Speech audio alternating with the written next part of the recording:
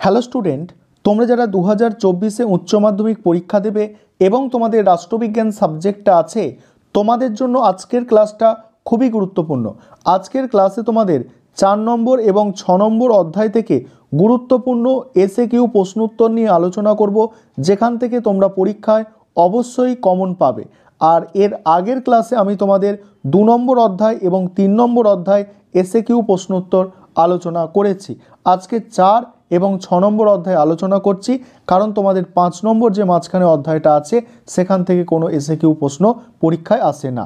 4 নম্বর অধ্যায়ের নাম তোমাদের হচ্ছে কি সম্মিলিত জাতিপুঞ্জ।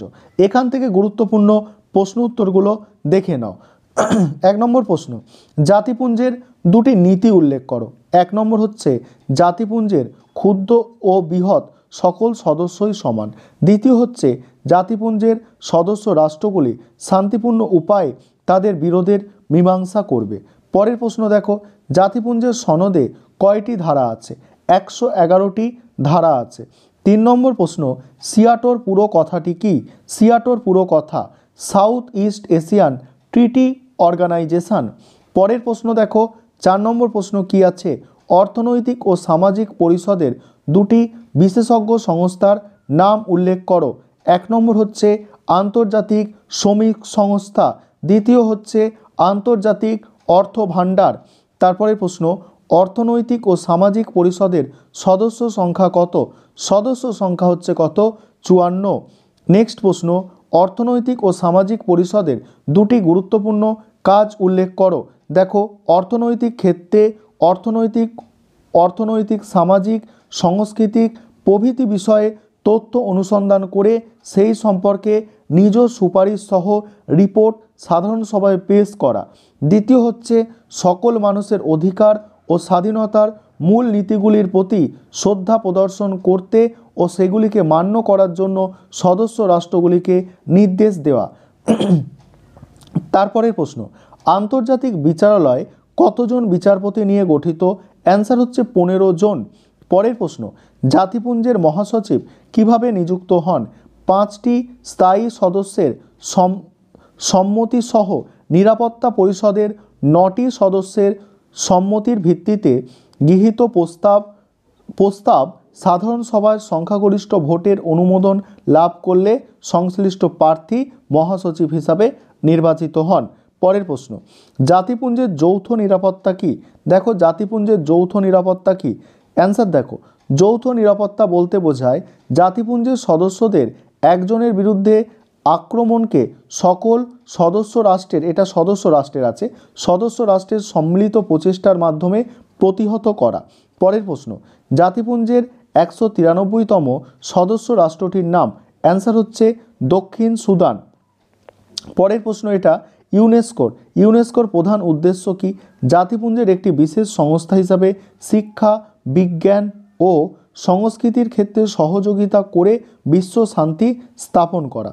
পরের প্রশ্ন, আটলান্টিক সনদ স্বাক্ষর করেন কে এবং কত সালে?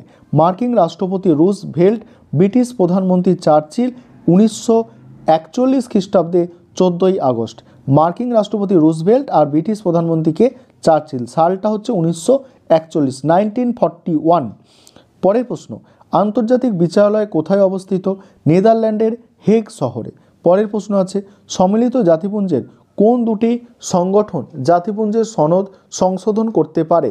অ্যান্সার হচ্ছে সাধারণ সভা আর নিরাপত্তা পরিষদ। পরের প্রশ্ন, নিরাপত্তা পরিষদে কোন কোন দেশ ভেটো প্রয়োগ করতে পারে? 5টি স্থায়ী সদস্য, যথা মার্কিন যুক্তরাষ্ট্র, ব্রিটেন, ফ্রান্স, রাশিয়া ও চীন। পরের প্রশ্ন আছে, দেখো, জাতিপুঞ্জের বর্তমান মহাসচিবের নাম কি? Antonio Guterres.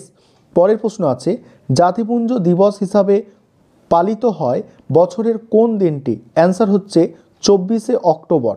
তারপরে প্রশ্ন দেখো, জাতিপুঞ্জের স্থায়ী সচিবালয় কোথায় অবস্থিত? অ্যান্সার হচ্ছে মার্কিন যুক্তরাষ্ট্রের নিউ ইয়র্ক শহরে। পরের প্রশ্ন, G77 বলতে কি বোঝায়? দেখো, গ্রুপ অফ 77 হলো জাতিপুঞ্জের 134টি উন্নয়নশীল দেশের জোট, যা 1964 সালে 77টি দেশকে নিয়ে গড়ে ওঠে এবং যার মুখ্য উদ্দেশ্য হলো নিজেদের অর্থনৈতিক অবস্থার বিকাশ ঘটানো। তারপরে অধ্যায় দেখো, ষষ্ঠ অধ্যায়, সরকারের বিভিন্ন বিভাগ। এই অধ্যায়টা দেখো, সরকারের বিভিন্ন বিভাগ। এক কক্ষ বিশিষ্ট আইনসভার বিপক্ষে দুটি যুক্তি দেখাও। এক কক্ষ বিশিষ্ট আইনসভার বিপক্ষে দুটি যুক্তি। এক হচ্ছে আইনসভা স্বৈরাচারী হয়ে উঠতে পারে না।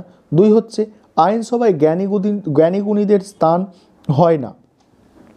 দেখো, জ্ঞানীগুণীদের স্থান এক কক্ষ বিশিষ্ট আইনসভার, দেখো এক কক্ষ, কোশ্চেনটা কী ছিল আরেকবার, কোয়েশ্চেনটা কী ছিল 6 নম্বর অধ্যায়ের প্রথম প্রশ্ন, এক কক্ষ বিশিষ্ট আইনসভার বিপক্ষে দুটি যুক্তি।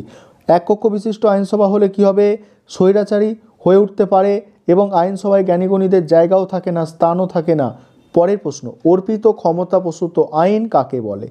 আইনসভা কর্তৃক অর্পিত ক্ষমতার জোরে শাসন, এটা শাসন বিভাগ হবে, শাসন বিভাগ যে সমস্ত আইন প্রণয়ন করে সেগুলিকে অর্পিত ক্ষমতাপ্রসূত আইন বলে।